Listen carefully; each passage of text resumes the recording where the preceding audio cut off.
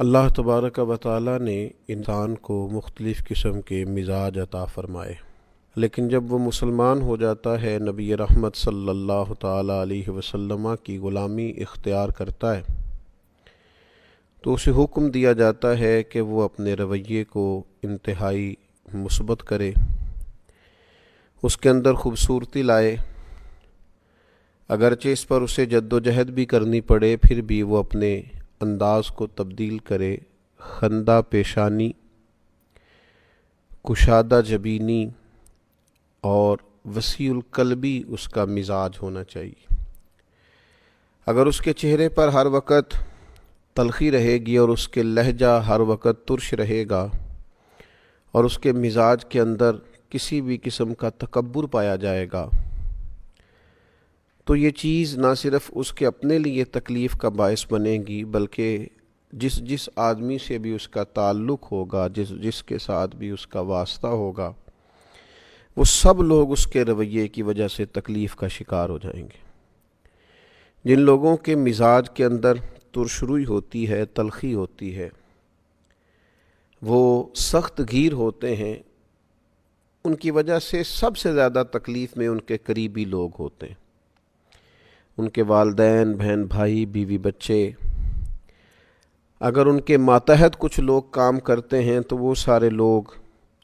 جتنے لوگوں کے ساتھ اس کا تعلق ہوتا ہے، وہ سب لوگ اس کی وجہ سے تکلیف کا شکار ہو جاتے ہیں۔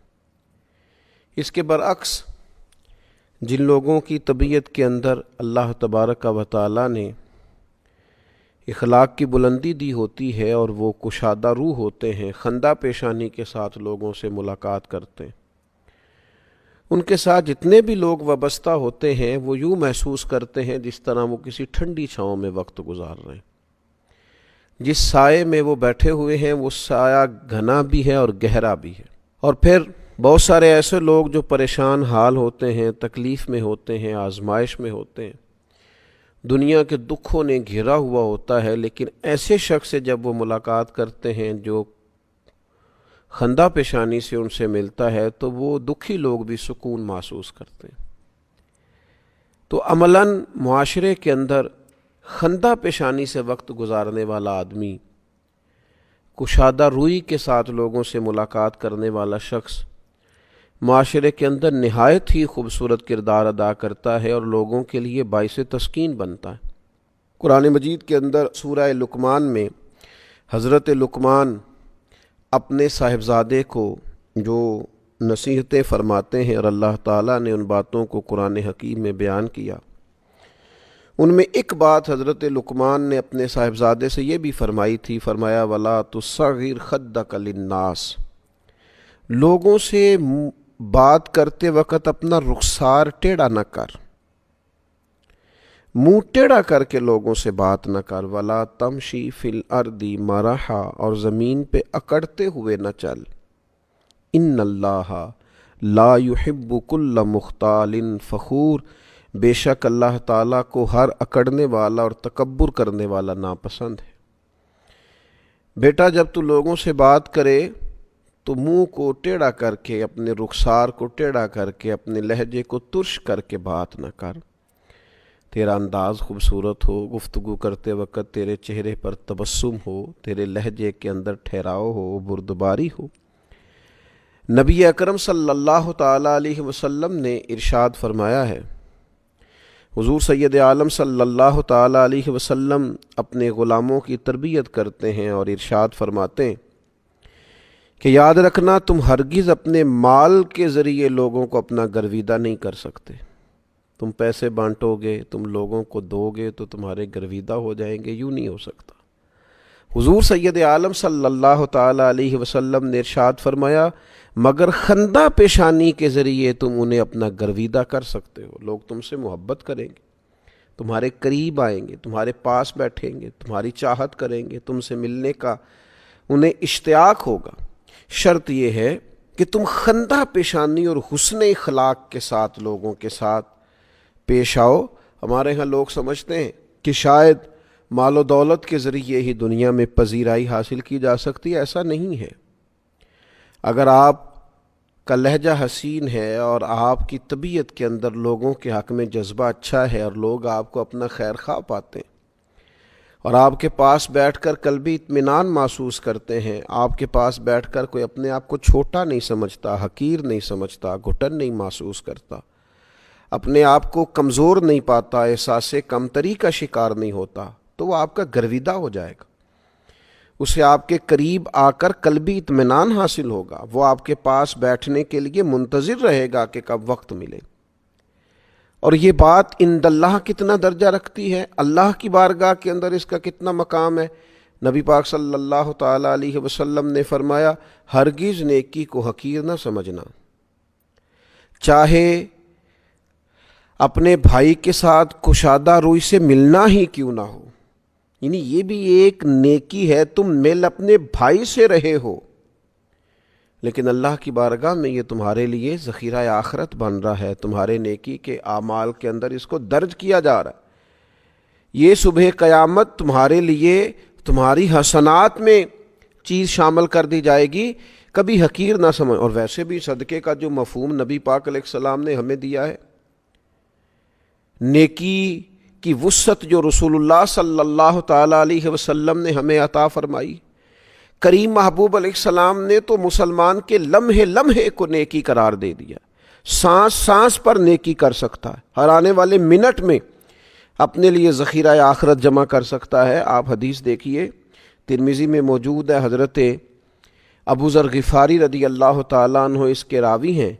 ارشاد فرماتے ہیں کہ نبی پاک صلی اللہ تعالیٰ علیہ وسلم نے فرمایا، تمہارا اپنے مسلمان بھائی کے ساتھ تبسم کے ساتھ سامنا کرنا بھی صدقہ ہے، اس سے جب تم ملے ہو تو ہنستے ہوئے ملے ہو، یہ بھی صدقہ ہے۔ اور حضور فرمانے لگے، نیکی کا حکم دینا بھی صدقہ ہے،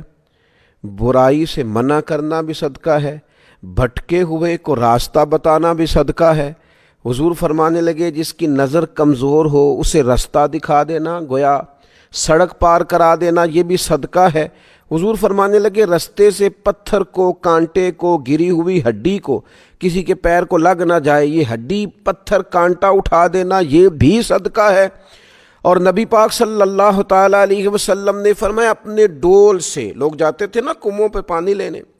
فرمایا اپنے ڈول سے اپنے بھائی کے ڈول میں پانی ڈال دینا، یہ بھی صدقہ ہے۔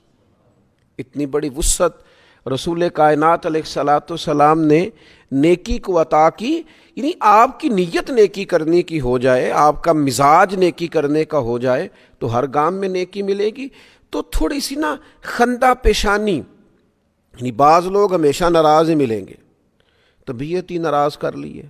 جب بھی کوئی بات سنائیں گے کسی کا شکوہ ہی کریں گے، ناراض ہیں اور ناراضگی چھلکتی ہے۔ اور بعض لوگ جو آپ کو خندہ پیشانی سے ملتے ہیں،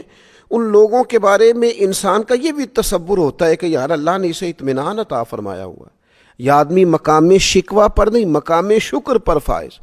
اس شخص کو اللہ تبارک و تعالیٰ کے انعامات حاصل ہیں، اس بندے کو اللہ تعالیٰ نواز رہا ہے، یہ انسان، اس کے چونکہ چہرے پر تبسم ہے، خندہ پیشانی ہے، خوبصورتی ہے، تو محسوس ہوتا ہے کہ اللہ تعالیٰ کی عنایات میں وقت گزارتا ہے۔ مسکرانا چاہیے، خوش رہنا چاہیے۔ بعض لوگ جب بھی ملتے ہیں بیچارے کوئی اچھی خبر نہیں دیتے، کوئی نہ کوئی پریشانی ہے، معاشرے میں حالات خراب ہی ہیں، کسی نہ کسی جگہ کوئی نہ کوئی انہوں نے شر دیکھ ہی لیا ہے۔ لیکن کچھ لوگ ایسے ہیں، وہ جب بھی ملتے ہیں نا، ان کا اطمینان دیکھ کر کچھ دکھ بندے کو بھول جاتے ہیں، ان کی طبیعت، ان کے مزاج میں بردباری دیکھ کر، حلم دیکھ کر، سکون دیکھ کر، اللہ کے انعامات پر ہر وقت وہ مقام شکر پر اس طرح فائز ہیں کہ ان سے مل کے سکون سا ملتا ہے، یعنی جن سے مل کر زندگی سے پیار ہو جائے۔ وہ لوگ آپ نے شاید نہ دیکھے ہوں مگر ایسے بھی ہیں، ان سے ملاقات کر کے اندازہ ہوتا ہے کہ زندگی تو بڑی خوبصورت ہے، بڑی پیاری ہے، بڑی حسین ہے۔ حضرت یحییٰ بن کثیر سے مروی ہے، ایک شخص بہت مسکرایا کرتا تھا، خندہ پیشانی کے ساتھ ہی ہمیشہ اس کے تبسم ہی رقصہ رہتا تھا، بہت مسکراتا تھا۔ تو نبی کریم صلی اللہ تعالیٰ علیہ وسلم کی بارگاہ کے اندر